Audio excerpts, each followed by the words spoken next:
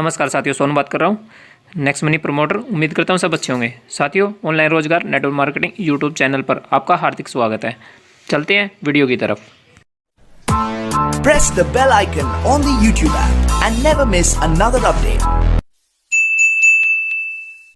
Quick fix हो जाएंगे और ये काम हो जाएगा।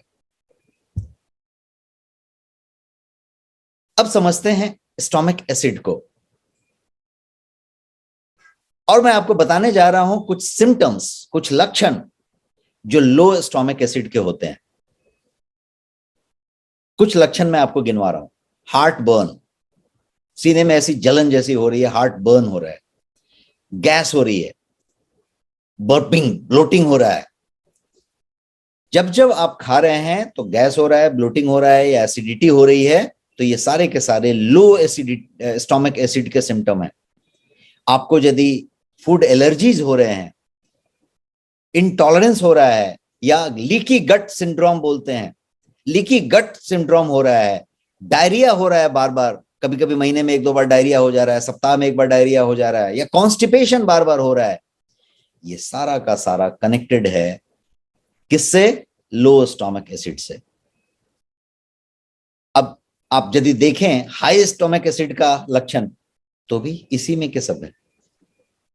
और हम इलाज किस चीज का कर रहे हैं? हाई स्टोमिक एसिड का इनवेरिएबली। और हम जो है धड़ल्ले से एंटासिड खा रहे हैं। एंटासिड शायद जितना बिक रहा है भारत में, उतना एंटासिड किसी दुनिया के किसी कंट्री में नहीं बिक रहा।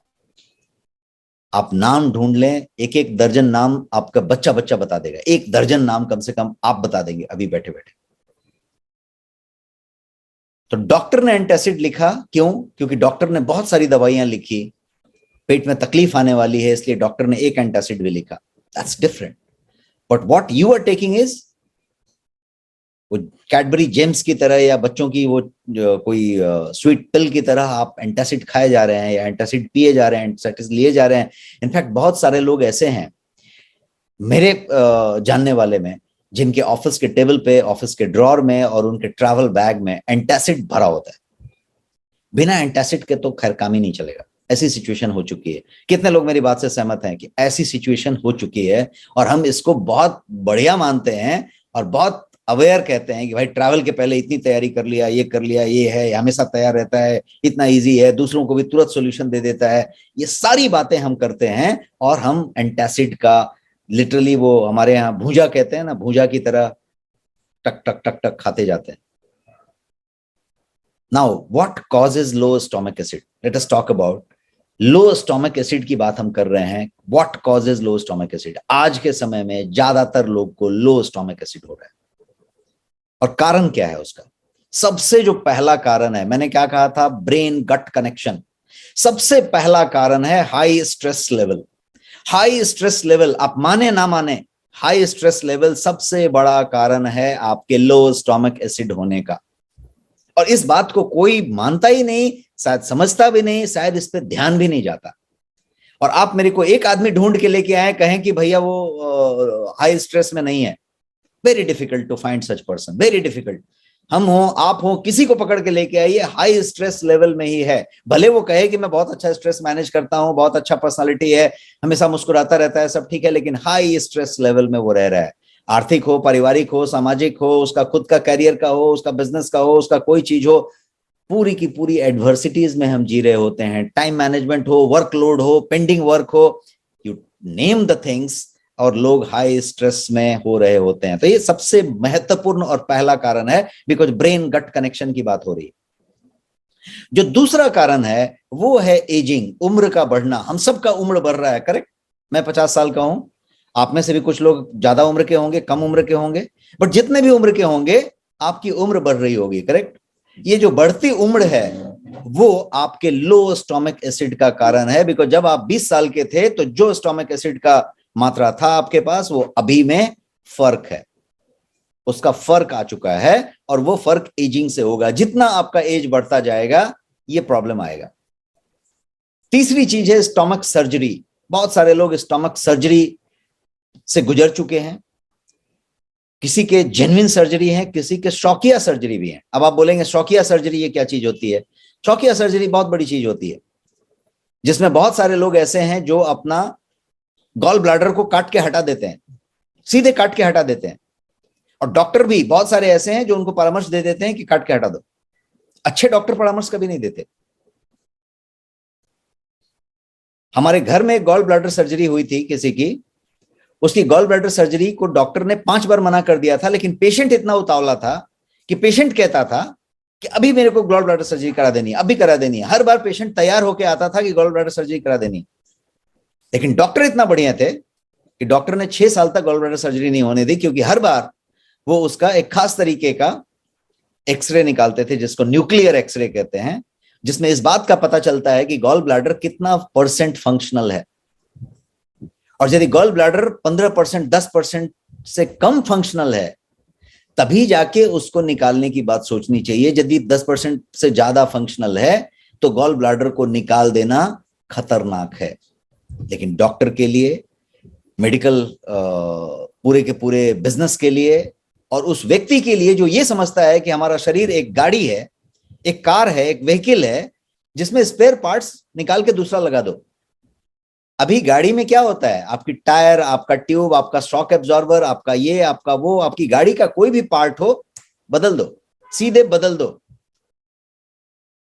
हमारे छोटे शहर में यदि आप याद करें, आपके भी शहर में आप जाके नोटिस करें, तो पहले क्या होता था, टायर रिट्रेडिंग का काम होता था कि नहीं होता था? ये सुनो, टायर रिट्रेडिंग का काम होता था, इंजन रिबोरिंग का काम होता था, ये सुनो। बहुत सारे गाड़ियां, दुकान दिखते थे जिस दुकान का नाम होता था इंजन रिबोरिंग का दुकान, जहां पे इंजन को रिबोर किया जाता था, टायर को रिट्रेड किया जाता था। शहरों में, मेट्रोज में जहां आप रहते हैं, कभी आपने इंजन रिबोरिंग, टायर रिट्रेडिंग ऐसा नाम सुना क्या? बिल्कुल नहीं। शायद होता होगा, ये टायर आपका निकाल के जिसके ले जाने का भी पैसा लेता होगा, लेकिन वो कहीं ले जाके रिट्रेडिंग करता होगा। लेकिन आपका टायर यदि ना भी घिसा हो तो चारों तुरंत बदल देने की बात होती है कि नहीं? यस और no? Yes, safety is prime, fine. Safety is prime, fine. Breakdown हुआ तो टाइम आपका वेस्ट होगा, fine, all is taken. But ये कार में से जो प्रवृत्ति निकली कि सब कुछ बदल डालो, थोड़ा दिक्कत है तो दूसरा लगा दो, यही प्रवृत्ति बहुत सारे लोगों ने अपने शरीर में ले लिया और ये कहा कि भाई काट के दूसरा लगा दो, काटो दूसरा लगा दो, काटो दूसरा लगा दो। कितने लोग मेरी बात को जेल कर पा रहे हैं, समझ पा रहे हैं? सीधा काटो और दूसरा लगा दो, मतलब ऐसा शरीर ना हो कि कोई आपका कार का स्पेयर पार्ट्स हो गया और सीधे जो है काटो और नया लगा दो। तो उसी को मैंने कहा है स्टोमक सर्जरी। ये एक बड़ा कारण है आपके लो स्टोमक एसिड होने का। बहुत लोगों ने शौकिया सर्जरी करा रखी है और बहुत लोग की सर्जरी जेन्युइनली डॉक्टरों ने की है। मेडिकेशन एक चौथा या पांचवा कारण, जो भी नंबर मैंने गिना दिया, ये एक बड़ा कारण है, मेडिकेशन।